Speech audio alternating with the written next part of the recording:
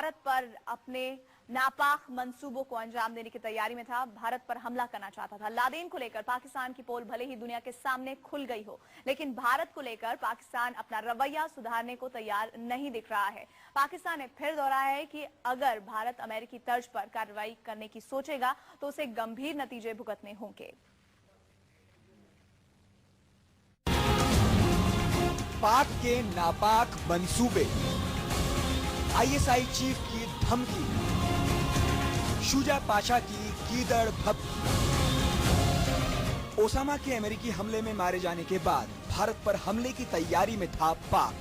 ये सनसनीखेज बयान दिया है आईएसआई चीफ शुजा पाशा ने।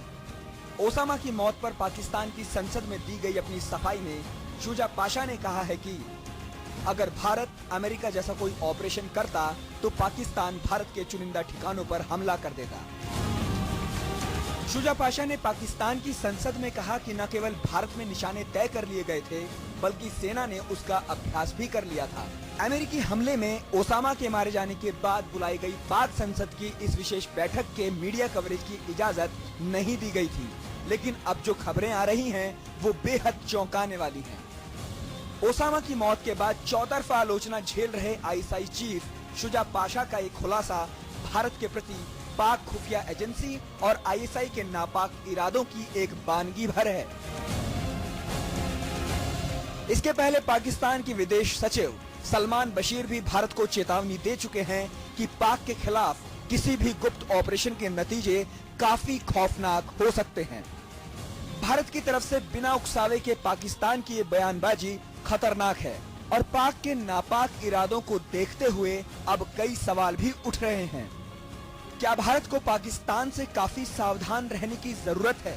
क्या पाकिस्तान सरकार लादेन की मौत के बाद हो रही आलोचना के मद्देनजर भारत को निशाने पर ले सकती है?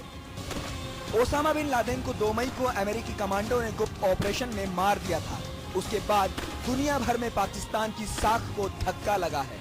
अब पाकिस्तान सारी दुनिया का ध्यान आतंकवाद के मुद्दे से हटाने के लिए भारत के खिलाफ बयानबाजी में लगा है। Bureau report, news 24। और इस मामले पर बातचीत करने के लिए हमारे साथ हमारे संवाददाता अमित कुमार मौजूद हैं।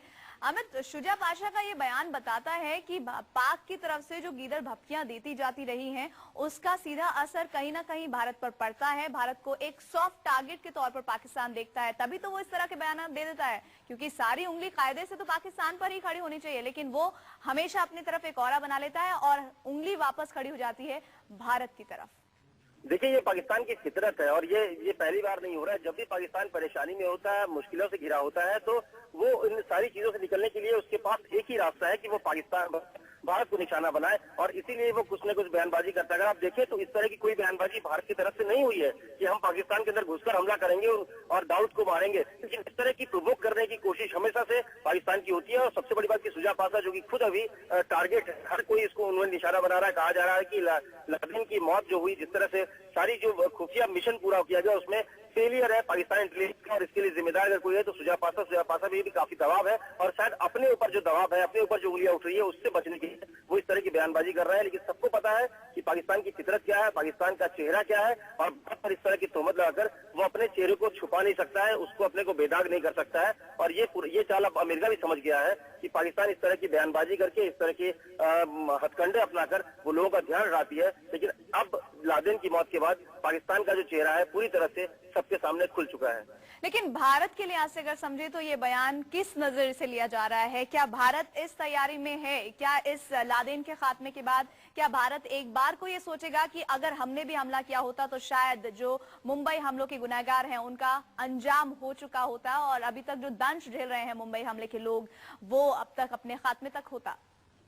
ये ऑप्शन है, ये भारत के पास ऑप्शन, लेकिन बहुत मुश्किल है। कई चीजें हैं, आपका पड़ोसी है पाकिस्तान, और कई ऐसी चीजें हैं जिसको देखने के बाद ही इस तरह के कदम उठाया जा सकता है। लेकिन भारत की तरफ से इस तरह की चीजें प्रोवोक करने की चीजें कभी भी सामने नहीं आई है। लेकिन पाकिस्तान को पता है कि भारत बहुत सॉफ्ट है, वो हर चीजों को आराम से करता है। बेवजह की का बवाल करना, बेवजह का हल्ला करना भारत के की आदत में नहीं है। सरकारी लेवल पे भी कभी इस तरह की चीजें हुई नहीं है और इसीलिए वो प्रोवोक करना चाहता है। पाकिस्तान चाहता है कि वो इस तरह की बयानबाजी में भारत को शामिल कर ले ताकि लोगों का ध्यान हटे, क्योंकि अगर बयानबाजी दोनों तरफ से होता है तो फिर उसके मायने बदल जाते हैं और लोगों को जो असली कोर इश्यूज हैं उससे लोग भटक जाते हैं। और शायद इसीलिए पाकिस्तान हमेशा से भारत को इस तरह की चीजों में उलझाना चाहता है। हालांकि भारत को भी पता है कि असली मुद्दे जो है, जो कोशिश है कि जो भारत के 26/11 के गुनाहगार उनको सजा दिलाना, उस पर भारत दे रहा है। इसलिए अमेरिका से लेकर पूरे अंतर्राष्ट्रीय स्तर पर वो एक दबाव बनाने की कोशिश है और शायद इसी दबाव का नतीजा है कि पाकिस्तान की तरफ से इस तरह की बयानबाजी हो रही है।